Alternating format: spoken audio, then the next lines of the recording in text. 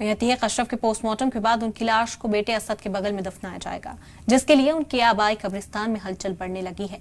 इससे पहले कड़ी सिक्योरिटी के बीच आज दोनों भाइयों को पोस्टमार्टम हुआ, जिसकी वीडियोग्राफी भी कराई गई।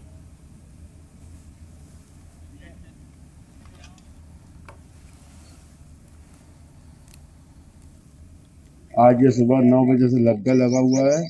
अभी भी इसमें समय लगेगा 8 से 10 घंटा तक।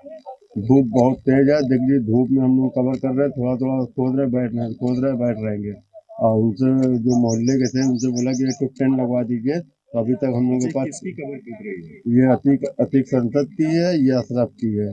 कितनी बड़ी कबर है? या 7.5 फीट लंबी दोनों जने कबर खुदेगी। 7.5 फीट वो लंबी, 7.5 फीट ये लंबी।